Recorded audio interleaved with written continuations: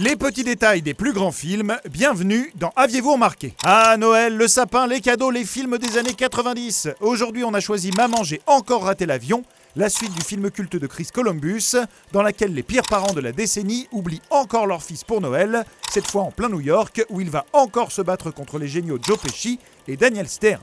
Un film au charme un peu vieillot, mais qui fait toujours plaisir, avec son lot de petits secrets et détails, bien sûr. Cette suite s'apparente plus, selon le réalisateur lui-même, à un remake du premier.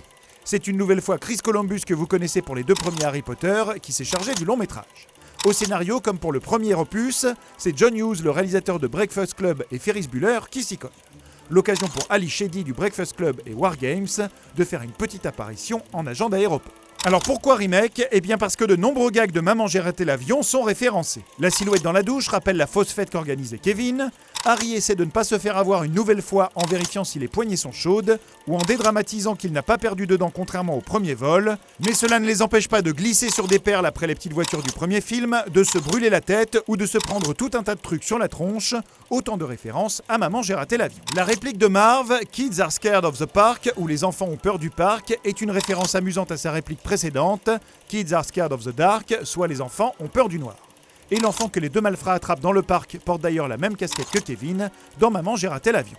Dans Maman j'ai raté l'avion, Kevin regardait un film intitulé Les anges aux âmes souillées. Ici, il regarde la suite, nommée Les anges aux âmes encore plus souillées.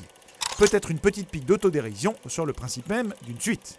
Toujours en rapport avec Maman j'ai raté l'avion, Kevin y parlait d'une rumeur comme quoi l'un de ses amis portait un pyjama dinosaure. Or ici, on voit que c'est Fuller qui en possède un.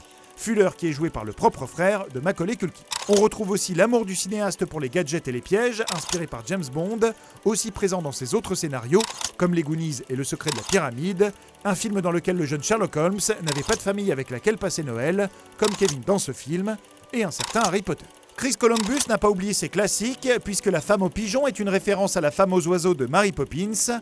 Harry Lime, joué par Joe Pesci, est nommé d'après le personnage d'Orson Welles dans Le Troisième Homme, et le M sur sa main est un hommage à M le maudit. Lorsque Harry veut faire un deal avec Kevin sur le toit, il reprend la même manière de dire sa réplique que le négociateur dans Un après-midi de chien.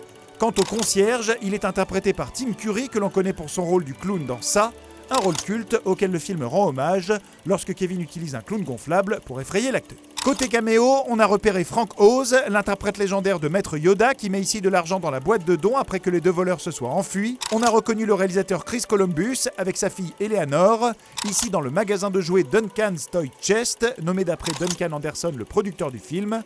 Monica Devreux, la femme du réalisateur, fait également une apparition comme opératrice de l'hôtel, un hôtel qui appartenait à un certain Donald Trump, qui fait lui-même un petit caméo. Mais ça, bien sûr, vous l'aviez remarqué? Non ?